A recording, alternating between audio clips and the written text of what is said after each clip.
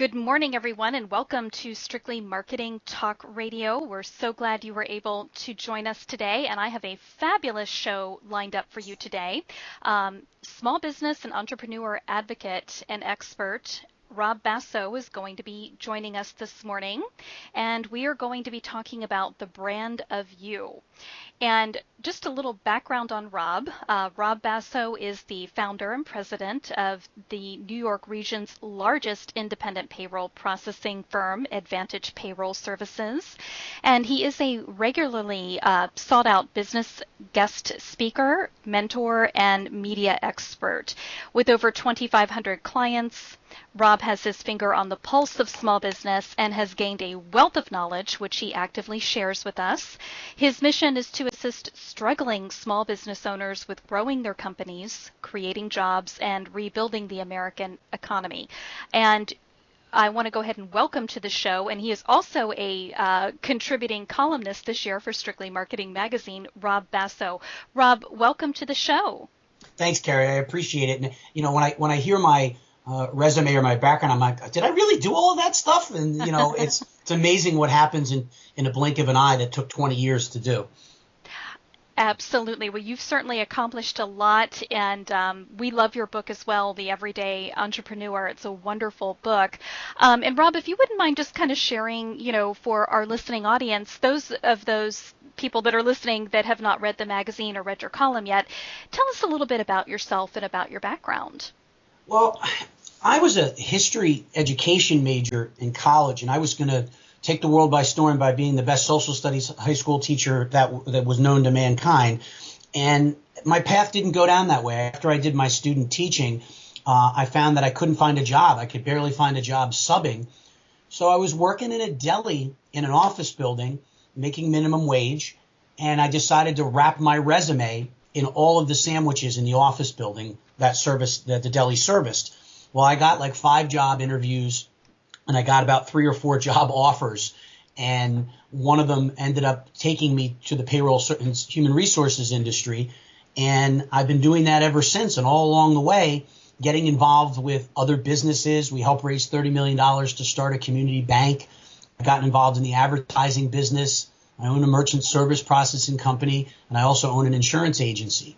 And I never would have thought in a million years that I'd be doing the things that I was doing. I really thought I was going to be a teacher. And I'm very pleased that I turned out to do some of these things that weren't on my bucket list per se when I was a kid and when I was a college student. But it's taken me on a fun journey, and I've been able to help other entrepreneurs succeed along the way. And that's been my biggest pride and joy.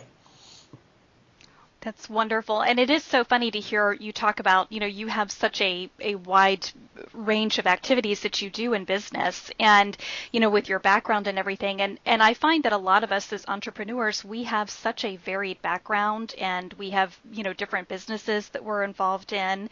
And I just think it's wonderful, that you have had so much success and that you're willing to, help others, get to where they want to be as well. Now, you have talked about the brand of you. What exactly is that? Well, when you look at the real definition of brand, brand is really a set of emotional and sensory inputs that a consumer associates with a particular product or service. But in the case of the brand of you, it's not necessarily a product or service. It's you as an individual. Who do you want to be in the marketplace? Who do you want to be seen as? I'm seen as someone who's a helpful, successful entrepreneur. And that's perfect for me. I don't need to be known as the guy who owns a payroll company or the guy who owns a merchant service company or the successful insurance person. I'd rather be known as the successful entrepreneur. Therefore, people automatically see me wearing multiple hats and don't have a problem with it. For me, it's been instrumental in the growth of all of the organizations that I'm involved with. But it took years and years to do. A lot of people say, oh, Rob, everybody knows who you are in the marketplace. Well, they certainly didn't at the very beginning. At the very beginning, I had to knock on doors, make telephone calls, and be ubiquitous, be everywhere I could be. Now I'm a lot more careful about where I spend my time.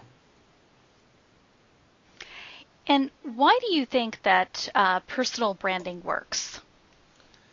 Well, at the beginning, I didn't even know what I was doing, meaning I didn't think about my personal brand. I thought about getting as many clients on my service as possible and becoming an expert in my field. And little did I know that becoming an expert in your field is not something that everybody seems to strive for. And what I found was that being really good at one particular thing got the respect in the marketplace. And what I did with that respect is I turned it into, how do I get people to know me for more than just a job, more than just a particular service. And I know that it works because when I first started doing my work in telemarketing and marketing to the local marketplace, I very quickly, in the matter of a couple of years, realized people were reaching out to me. Why were they reaching out to me? I was 23, 24 years old, and they were considered me the go-to person in the human resources and payroll service industry. I know it works because I did it, but I did it by accident. And it can't happen overnight. Too many people think, well, I'm going to hire a branding expert. I'm going to hire a PR firm. And in a couple of months, everybody's going to know who I am and think I'm an expert. It doesn't really work that way. Unless you have an unlimited budget, which most small and medium-sized businesses and entrepreneurs don't have, it does take years to build your personal brand.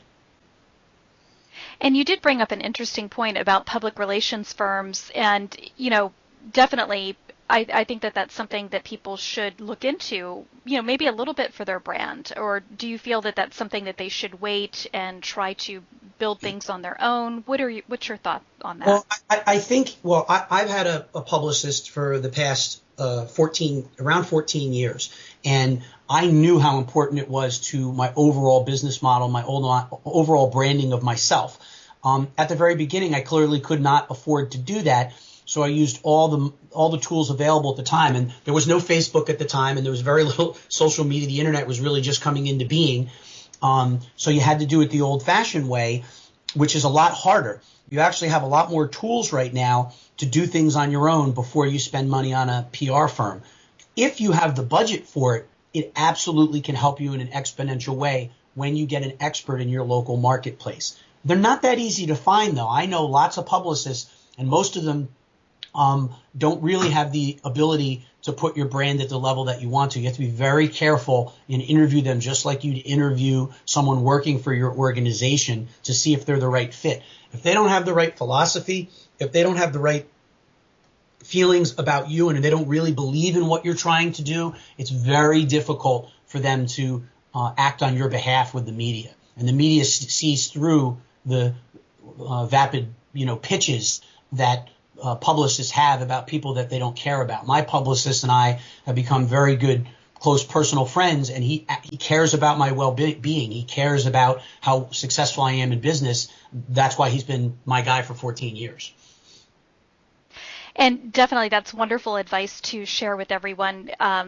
Just speaking as a media outlet, I can tell you we deal with a lot of public relations firms, and sometimes we go back and we will, go to contact someone that has, submitted something for a client, and it turns out they're out of business. So there's a lot of them. There's a lot of turnover in that industry. So I think that that's great advice to make sure that you're interviewing them just like you would an employee, just like you said. So that's right. Great that you shared that. And Rob, I just wanted to kind of segue too a little bit. Your last column, What's Your Lollipop? And I don't know if everybody had an opportunity to read that, but I know one of the things that you had mentioned in the article, that the key is to use your position as a trusted advisor to your clients. And that is also part of building your brand, correct? Absolutely. I mean, I get calls from clients that have nothing to do with payroll, human resources, or the other entities I'm involved in. I get calls from clients, Rob, where do you think I could find a good marketing person? Rob, where do you think I should lease my next car? And I'm still at awe at the crazy, ridiculous requests I get, but I love it. I love it because I'm top of mind. They know I have connections. They know I'm an expert in certain fields, and they feel drawn to you because they feel that you're going to have good input on it, whatever decision they have to make, sometimes having to do with their personal lives. I'm still shocked at people that call me or email me with pretty personal questions, and they don't know who else to turn to. And I take that role very seriously. and I, make it clear I don't have all the answers, but having a good, solid opinion and letting people know that you care about their business, it's been everything to me. It's how I've built my entire business, and I hope to continue to do that for the next decade to come. So, how do you craft whatever it is that you want your brand to be? Well, I really looked at this in the last 6 or 7 years, and you really need to have a formula that fits your personal, your ethical, your spiritual, and your business beliefs. Because if those aren't all coinciding, you're not going to get the right picture for the world to see. And what you have to, what I think you have to do is you have to find something that will make people listen and build on the credibility that you have to make sure that people take you seriously and they believe what you're saying. It's one thing to have people hear you, but it's another thing to have them listen to you. And you really want to get to the stage where people are listening to you and not just hearing you talk about a particular topic. And that takes time, energy, and effort. So for me, it's about making sure those things all coincide. I basically have put, a mini mission state together to help America get business owners get back on their feet. And that's kind of the theme that I've stuck to. So it's a very overarching global theme, and lots of people can see me for lots of different reasons because helping America get back on its feet, it's not so specific where only one person might want to talk to me or one industry. People call me from every industry under the sun, even industries that I'm not expert in. But there's one thing I found out running businesses and being in charge of multiple businesses, that once you get good at running a particular entity, your skills are transferable. Some people think, oh, no, you can't possibly be good at that other industry because you're good at this. I don't think that's the truth. I think good leadership tends to be good in almost any field. It doesn't mean that I could go run a Fortune 500 company tomorrow because my expertise is with small and medium-sized businesses, but also I have no desire to go run, a 10,000 person company. It's not something that I've ever aspired to do. And what are some of the suggestions that you can offer for people who are trying to build a personal brand? Well, personal brand is very important, and you really want to look at what does the world want? What do you want the world to see? Do you want them to see a tough guy, a sporty lady, a brilliant thinker, the best lawnmower repair person on the planet? Whatever it is, you need to pick that direction and don't deviate from it.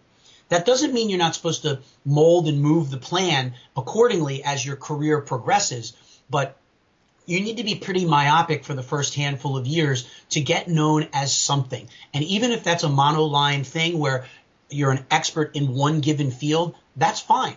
I chose to have a broader appeal, but some people say, I just want to be known as the best financial consultant in the region. Okay, at least you picked a direction, and then you can build off of that, and everything you do in social media, everything you do in the marketplace plays into that hand, including the way your business card looks, the way your website looks. I'm a big believer in using your personal image, especially when you're a small and medium-sized business owner, because too much in today's society, people worry about software programs and how well the technology works. And I don't think there will ever be a day where you can take individuality and that human connection out of most businesses. It's what I've built my business on. I mean, I look at my industry, the main industry in payroll and HR, and there are competitors in the marketplace that are purely web-based clients. You'll never see anybody. You'll never talk to anybody. There is a place for that, but I still think there's a place for old-fashioned service, speaking to someone, having someone that you're connected with. When you connect your image with your company, it becomes synonymous. And to me, that's some of the best advice I can give you. And that's an interesting point too, Rob, because I know, a lot of people, and I do this myself, and it's been very difficult for me as a business owner because typically using, social media is a great example. And I've seen other people post their, vacation photos and things that they're doing in their personal life, just to kind of let people know that, hey, I'm a real person. I have a family. This is what I do. What are your thoughts on that? I mean, do you feel that adds to that personal image, or do you feel that should be completely separate because it's your personal life? I very rarely in business social media, like on LinkedIn, on my business Facebook page, post about some personal stuff.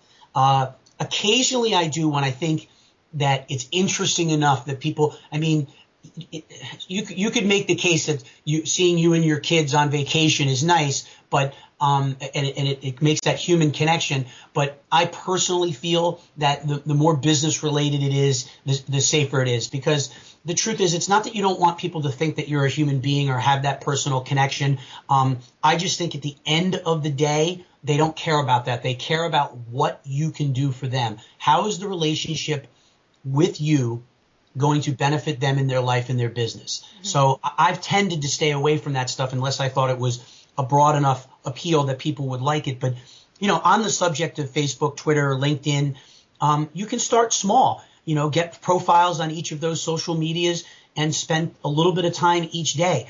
You should not be spending hours and hours a day on social media. I think it's a part of your marketing campaign and a part of the branding of you. You need to make sure that it looks similar across all platforms. If people go to my Twitter page or my Facebook, you'll see images that are similar and content that is around the similar subjects, so it all ties together. There's software that you can use that automatically posts to all the different social platforms at once, so you don't have to go in. That's pretty common and available right now. But the most important thing is consistency. If you're going to do blogs, you can't do a blog whenever you feel like it. You don't do one week and then another 3 weeks later do another. Make a commitment. I'm going to do 4 blogs a month. I'm going to do 10 blogs a month. And don't deviate from that schedule, because eventually people get used to seeing it. And when they don't see it, it's out of sight, out of mind. And the getting eyeballs on your brand is very difficult now. It's even, you would think, okay, it's easier because everybody has access to social media, but we are on information overload. And if you don't have something that stands out in a significant way, it's going to get lost in the wash. Absolutely. And Rob, can you just give our listeners just one last piece of advice? Okay. To me, probably the most important thing is when something is not working, learn when to cut the cord. If you've formulated a specific tactic or a way you're going to do things and you find over a period of time it's not working, you need to morph it. You need to twist it. You need to turn it on its head and try something different. Don't be afraid to be different in the marketplace. You want to be recognizable, but your image needs to be distinctly different from somebody else. And don't be afraid to change. That's great advice. I appreciate you sharing that with everyone. And anything coming up for you, that you'd like to let the listening audience know about? Well, I mean, I've been a regular on Fox Business, Fox, MSNBC, and CNBC. So, what I would say is if people could, keep looking on my website, robbasso.com, for upcoming appearances, or connect with me on LinkedIn. Search out Rob Basso, Advantage Payroll Services. I'd love to connect with the listeners and communicate with them and hopefully form a relationship. So, I don't have any speaking engagements coming up this month. I probably have a few next month, the trade shows and so forth, but all of that will be posted on my social media. So, I appreciate the opportunity to be with you today, Carrie. And we are so thrilled that you were able to join us today, Rob. It's always a pleasure to talk with you, and you offer such great information for everyone. And we really appreciate your time today.